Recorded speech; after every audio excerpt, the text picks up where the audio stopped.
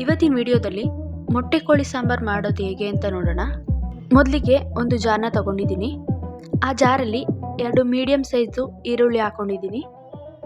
ಮತ್ತು 1 ಇಡಿಯಷ್ಟು ಬೆಳ್ಳುಳ್ಳಿನ ತಗೊಂಡಿದ್ದೀನಿ. ಸ್ವಲ್ಪ ಅರಿಶಿನ ಹಾಕಿ ಸ್ವಲ್ಪ ನೀರನ್ನು ಹಾಕಿ ನುಣ್ಣಗೆ ರುಬ್ಕೋತಿದ್ದೀನಿ. ನಾನಿಲ್ಲಿ 1.5 kg ಚಿಕನ್ಗಾಗೋಷ್ಟು ಮಸಾಲೆನ ರೆಡಿ ಮಾಡ್ಕೋತಾ ಇದ್ದೀನಿ. ನೀವೇನಾದರೂ ಚಿಕನ್ನ ಕಡಿಮೆ ತಗೊಂಡಿದ್ರೆ ಮಸಾಲೆನೂ ಕೂಡ ಕಡಿಮೆನ ಹಾಕ್ಕೊಳ್ಳಿ. ಇದ್ರ ಜೊತೆಗೆ ಇನ್ನೊಂದು ಮಸಾಲೆನೂ ಕೂಡ ರೆಡಿ ಮಾಡ್ಕೋಬೇಕು.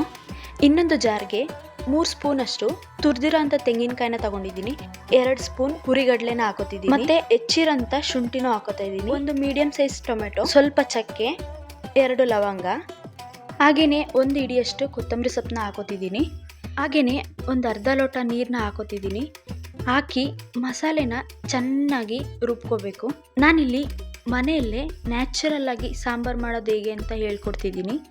ನೀವು ಬೇಕಾದರೆ ಚಿಕನ್ ಮಸಾಲೆನ ಕೂಡ ಆ್ಯಡ್ ಮಾಡ್ಕೋಬೋದು.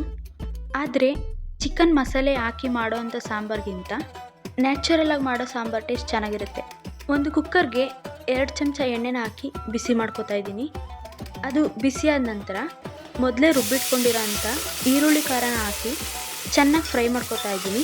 ಈರುಳ್ಳಿ ಬೆಳ್ಳುಳ್ಳಿದು ಹಸಿ ವಾಸನೆ ಎಲ್ಲ ಹೋಗಬೇಕು, ಆ ಥರ ಚೆನ್ನಾಗಿ ಫ್ರೈ ಮಾಡ್ಕೋಬೇಕು.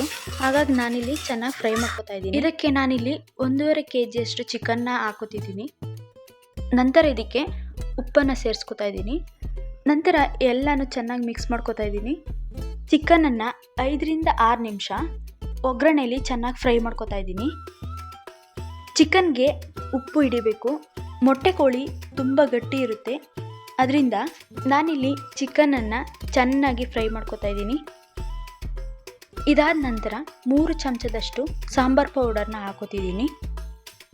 ಹಾಗೆಯೇ ಇದಕ್ಕೆ ಒಂದು ಅರ್ಧ ಲೀಟರ್ನಷ್ಟು ನೀರನ್ನ ಹಾಕೋತಿದ್ದೀನಿ. ನಂತರ ಎಲ್ಲನೂ ಚೆನ್ನಾಗಿ ಮಿಕ್ಸ್ ಮಾಡಿಕೊಂಡು ಇದನ್ನು 3 ರಿಂದ 4 ವಿಷಲ್ ಬರೋವರೆಗೂ ಕೂಗಿಸ್ಕೋಬೇಕು. ಈಗ ಇದಕ್ಕೆ ಮೊದಲೇ ರುಬ್ಬಿಟ್ಕೊಂಡಿರೋಂಥ ಮಸಾಲೆನ ಹಾಕೋತಿದ್ದೀನಿ.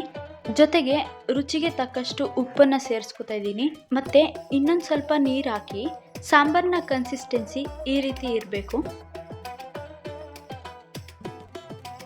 ಇದಕ್ಕೆ ಮೊಟ್ಟೆ ಮತ್ತು ಲಿವರ್ನ ಸೇರಿಸ್ಕೊತಿದ್ದೀನಿ. ಹಾಗೂ 3 ರಿಂದ 4 ವಿಷಲ್ನ ಕೂಗಿಸ್ಕೊತಾ ಇದ್ದೀನಿ. ಈಗ ಸಾಂಬಾರು ರೆಡಿಯಾಗಿದೆ. ಈ ವಿಡಿಯೋ ನಿಮಗೆ ಇಷ್ಟ ಆಗಿದರೆ ಒಂದು ಲೈಕ್ ಮಾಡಿ ಮತ್ತು ನಮ್ಮ ಚಾನಲ್ನ ಸಬ್ಸ್ಕ್ರೈಬ್ ಮಾಡಿ. Thank you.